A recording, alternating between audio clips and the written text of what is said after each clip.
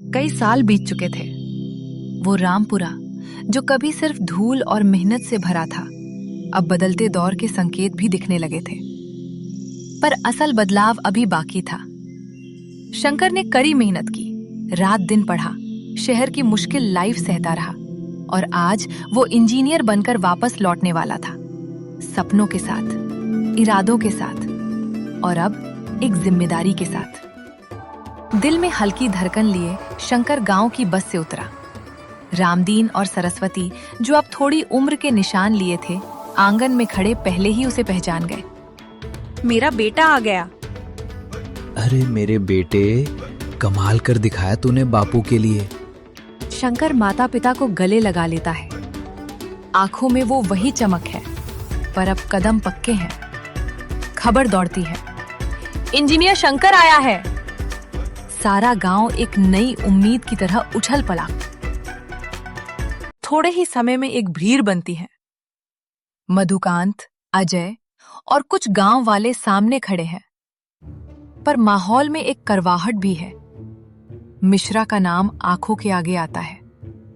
वही मिश्रा जो अब थोड़ा बूढ़ा दिखता था, अपनी हवेली के आगे खड़ा है, पर इस बार उसके चेहरे पर घमंड कम और घबराहट ज्यादा है। कहाँ है मियां? जो यहाँ आए हैं सामने आए जरा।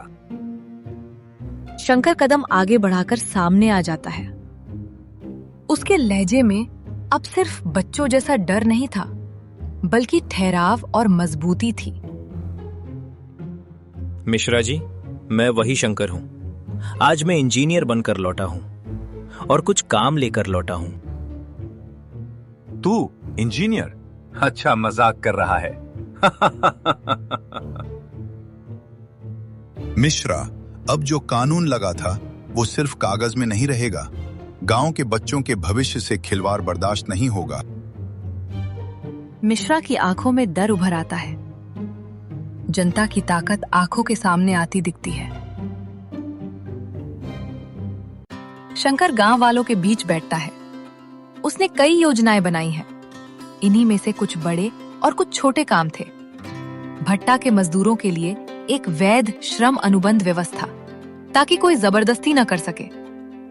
गांव में एक छोटा सा तकनीकी वर्कशॉप और ट्यूशन सेंटर, जहां बच्चे मुफ्त पढ़ सके। कच्चे घरों की मरम्मत के लिए सामुदायिक फंड और माइक्रो लोन योजनाएं, स्थानीय श्रमिकों को रोजगार देते हुए स्कूल का पुनर्निर्माण और पुस्तकालय, ताकि शहरों की किताबें गांव के बच्चों तक पहुंचे। गांव वाले तालियां बजाते हैं। मधुकांत और अजय भी तैयार हैं। अजय पत्रकार की ताकत से सपोर्ट देने को तैयार है।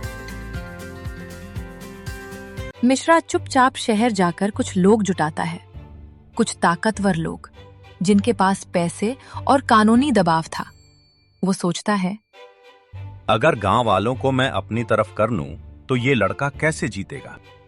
वो चालाकी से कुछ दस्तावेज तैयार करवाकर गांव में आता है।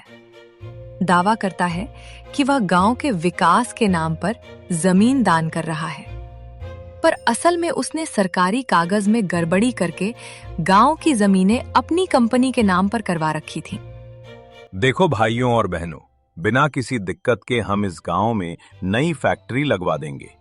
रोजगार मिलेगा, विकास आएगा, बस थोड़ा सहयोग चाहिए। कुछ बूढ़े लोग प्रभावित होते हैं, पर शंकर और मधुकांत जागरूक हैं।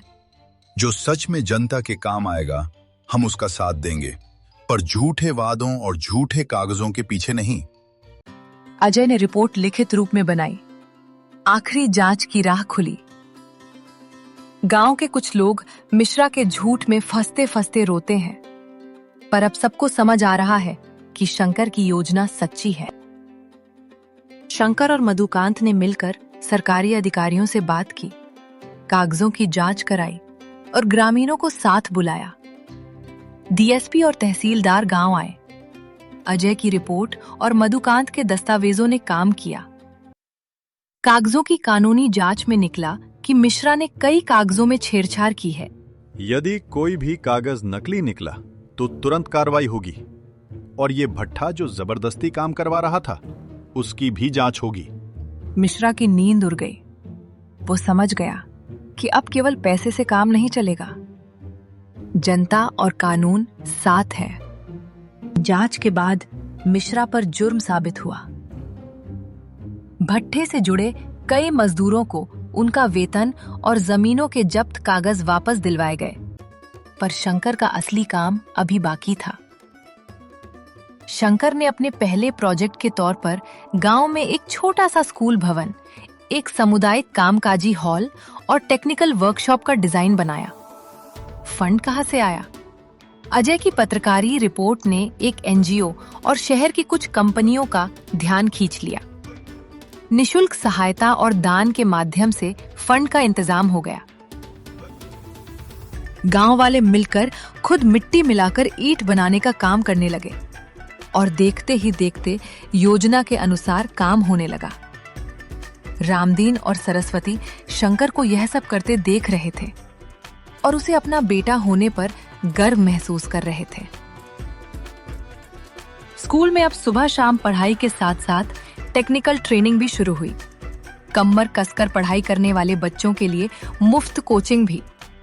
कई वो बच्चे जो पहले मजदूरी के लिए भट्ठे पर जाते थे, अब वर्कशॉप में काम सीखने लगे और उन्हें नौकरी भी मिलने लगी। वो पैसा घरों में जाता और धीरे धीरे गरीब परिवारों की हालत सुधरने लगी।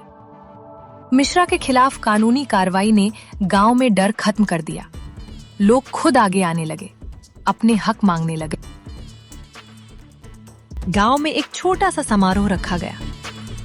बच्चों ने नारे लगाए, महिलाओं ने झूम कर गीत गाए और शहर से आए कुछ दानदाताओं ने स्कूल का उद्घाटन किया। शंकर मंच पर खड़ा हुआ, आंखों में नम सी चमक, पर चेहरे पर तेज विश्वास। मैं कोई खास व्यक्ति नहीं, मैं इसी गांव का एक मामूली सा लड़का हूं जो कभी भट्टे पर काम करता था। मैं बस यही कहना चाहता हूं कि हमें अपनी मिट्टी से उठकर अपनी मदद खुद ही करनी पड़ेगी और खुद ही आगे बढ़ना होगा। अगर हम सक्षम हो जाएंगे तो हमें और हमारे इस गांव को कोई दबा नहीं पाएगा। गांव वाले तालियों से जवाब देते हैं। मधुकांत मुस्कुराकर कहता है, अब बच्चों के लिए यहाँ हर तरह की ट्रेनिंग है, वो जहाँ चाहे अपनी मेहनत से पहुंच सकते हैं। मिश्रा जो भीड़ में खड़ा था, अब चुपचाप वहां से चला गया। उसके कदम धीमे थे, पर गांव ने दिखा दिया था, अब कोई उसकी दहशत से नहीं डरता। कई साल बाद जब शंकर सड़क पर चलता है, गांव के बच्चे उसे देखकर कह उठते हैं, दादा, इंजीनियर शंकर आ गया। वो मुस्कुराता है और पास के स्कूल की झोपड़ी से निकलती वो आवाज सुनकर खुश होता है, जिसको उसने कभी खुद महसूस किया था। ये आवाज अब सिर्फ उसके लिए नहीं थी, ये उन सभी बच्चों की थी जो सपने देखना सीख चुके थे।